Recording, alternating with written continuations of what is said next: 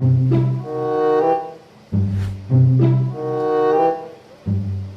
alors, on y est ou on n'y est pas? L'équipe, j'espère que vous allez bien. Bon, le transfert de Sancho à Manchester United, il commence à se faire un petit peu long, hein. Ça fait quelques semaines, quelques mois même qu'on l'attend. Vous l'avez vu avec la petite vidéo où les Gunnar Solskjaer, l'entraîneur des Red Devils, l'a visiblement annoncé pour mardi, donc demain. Seul petit bémol, Dortmund en fait était en stage de préparation et la date limite à la base pour que le transfert se fasse c'était le 10 août. Il est 13h et sur le compte officiel du club allemand, son nom figure parmi la liste. Il a rejoint le groupe. Alors qui croire finalement dans tout ce foutoir? Donnez-moi un petit avis en commentaire. Va-t-il bel et bien rejoindre Manchester United? Bref, en attendant l'équipe, aujourd'hui vous avez capté qu'on se retrouve pour un nouvel épisode de la série Mercato. Je vais pas blablater plus que ça histoire d'entrer rapidement dans le vif du sujet. Juste avant, je vous rappelle que cet épisode, cette série même est sponsorisée par OneFootball, l'application numéro 1 sur toute l'actualité du foot. Gratuite, ça change pas. C'est dispo en description.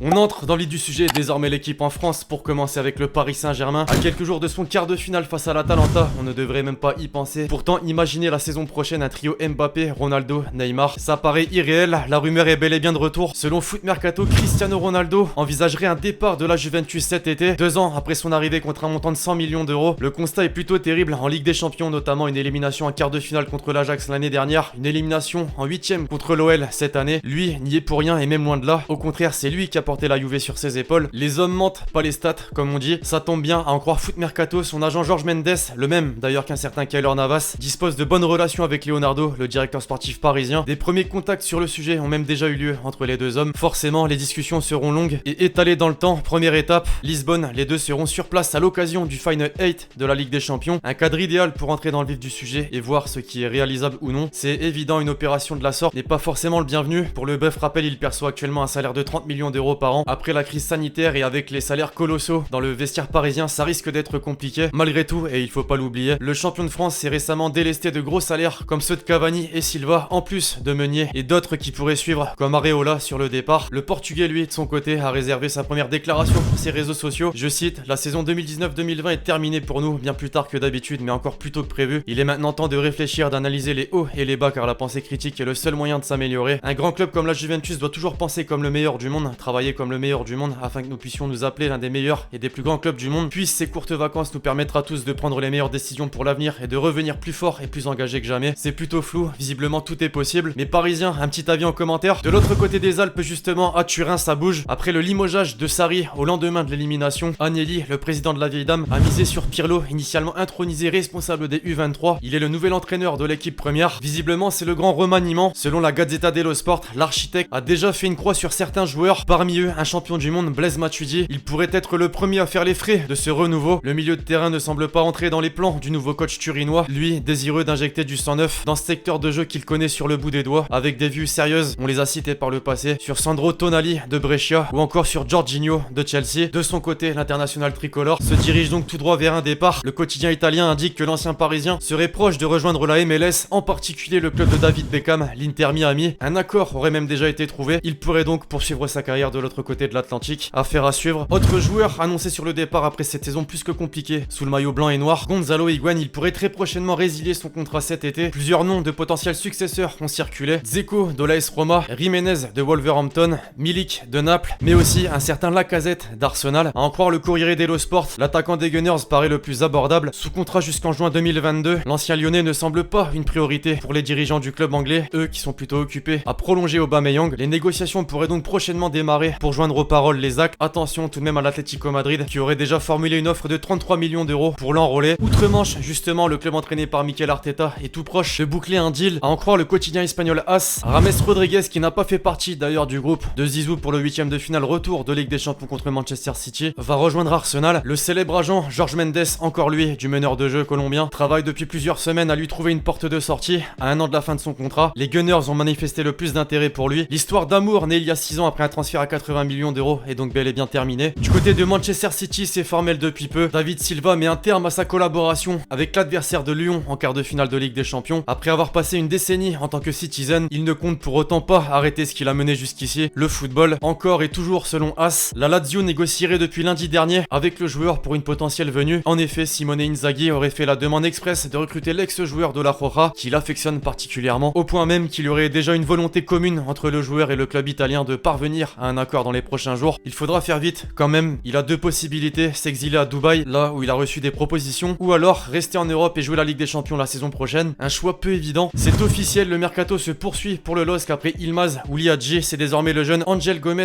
qui rejoint le club nordiste. Le milieu offensif s'est engagé pour les 5 prochaines saisons avec les Dogs, mais rejoindra en revanche Boavista en prêt la saison prochaine. Enfin, le milieu de l'OL Papé Tchek Diop s'est engagé avec Dijon pour une année sous la forme d'un prêt avec option d'achat. Bref, voilà l'équipe, c'est tout pour l'épisode mercato du jour. J'espère vraiment que vous l'avez kiffé. Je compte sur vous, si c'est le cas, pour lâcher le gros pouce bleu. Donnez-moi votre avis dans les commentaires sur tous les transferts probables et les transferts officiels qu'on a pu citer dans cette vidéo. Puis d'ici là, on se retrouve très vite pour de nouvelles vidéos. C'était Lexchi. Ciao.